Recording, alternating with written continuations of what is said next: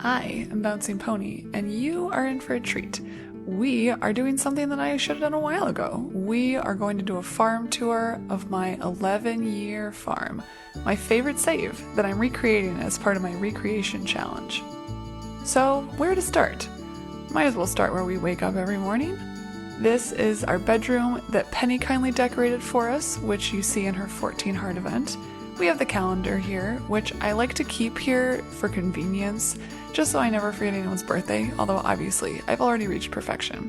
Then of course we have the essential, the Journey of the Prairie King, so that I can play and not lose any lives by getting out of bed every morning to just grind it out. I'm sure Penny really appreciates having a brightly colored arcade game in the bedroom. Oh yeah, and then we have our kids. Hi kids. We have Jean and Tula. I gave them different but sort of, similar radioactive goggles, although I think Jean is just wearing the regular goggles. In our bedroom, we have a little nice living room set up to give it the nice cozy aesthetic that goes with Penny's bookcase and little library here. And then we have our coffee to get us going in the morning, although of course we converted all the triple shot espresso. That's the more potent stuff. We keep all of our long collected clothes in this dresser. I tried out a lot of different outfits before I settled on this one as my favorite. Everything changes colors in a synced up way, except for the boots. There are not any boots that change color, I believe, which is a shame. And then I guess we just sort of have a sanctuary down here. A nice chair to sit and peacefully watch the aquarium with a lot of eclectic stuff. If you'll notice, we have Concerned Ape's hat in there on our sea urchin. Then moving up on the east side of the house, we sort of have a display museum area. We have a picture, commemorating our journeys to Ginger Island and the volcano, and a picture commemorating our original love of Stardew Valley. All of the Stardew Valley Fair vases of flowers here that I collect every year. It's summer in this year 11, so we haven't gotten there yet. That's why we don't have 11 of them, we only have 10. I guess our wife Penny is hanging out in the kids' room this day. Yeah, Penny, it's so sweet to look back on that. Sort of got a kids' play area. You can't get out of here. The kids can just hang out in bed and play together. I guess it means that the second kid getting out of this bed every day has to come through the other bed, but no matter. In the kids' room, we have all of the movie posters on the wall. I did go to great pains to collect all of the movie posters. It did involve a lot of grinding on the crane game. And then we've got a little mini fish tank for the kids. We've got the cool version of the glacier fish. And then this room, I like to just call my I Love Stardew room, because really I don't think there's anything else that sums up these items in any other way. We've got the really, really rare and random Wumbus and Wumbus's friend statue. We've got the 3 secret statues. And then we've got the Krobus statue, the Iridium Krobus statue, which I really like. And then we've got the snake pillars from Mr. Key's floor 100 room, which I think just make it look really dramatic. And then of course, mushroom trees, because only Stardew has mushroom trees. This was also my decorating center when I went through and decorated the entire house. Let me know what you think of my aesthetics, because I know they're not exactly interior designer approved. We've got our little living room with a nice china cabinet, which I like. Got the big flat screen. Oh, for sure I already know how to cook a maki roll, yeah.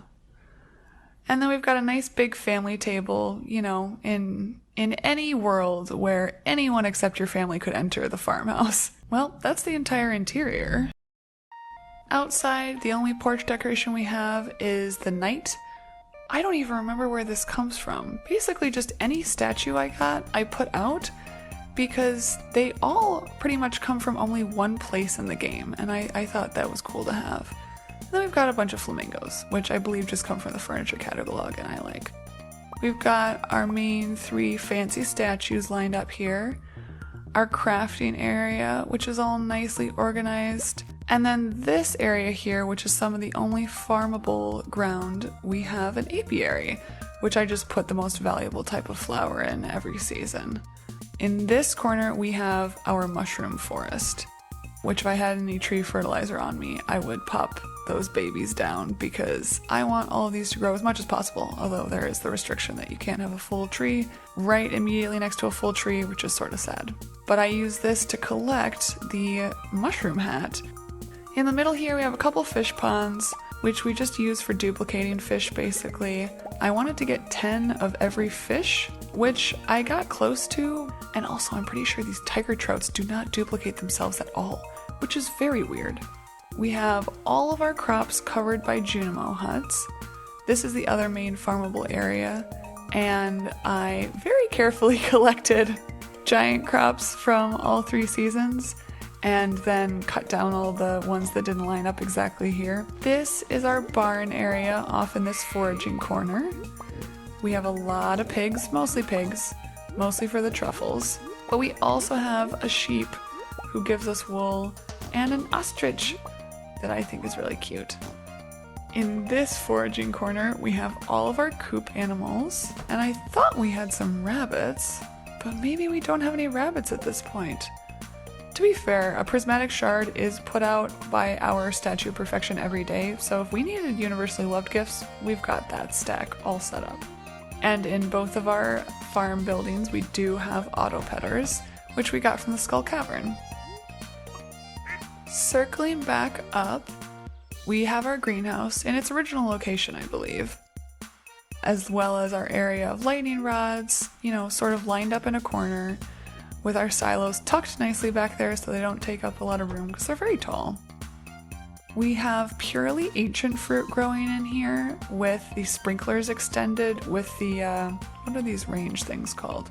Pressure nozzles, that's right. So that we only have one space in the entire tillable area in the greenhouse that has to be taken up by that. We also have every type of fruit tree around the edges and our collection of seeds, just in case I need to grow something last minute and Pierre's is closed. Then we have our main money-making venture, which is sheds full of kegs, which have blueberry wine in them right now because I planted primarily blueberries for some reason instead of starfruit. I haven't played on this save in a while, admittedly, and I didn't get into the starfruit optimization game until I want to say about a year ago. Here we have our wild tree forest. Everything is tapped in case we need any of the syrups, and that's our 11-year-old farm. Of course, this is only half of it. We also have the Ginger Island farm, but I think I'll leave that for another video. Well, thanks for watching. I put out new videos every Saturday, primarily of my recreation challenge, where I'm trying to reach the same state of awesomeness as this farm has, and I hope to see you there. All the best.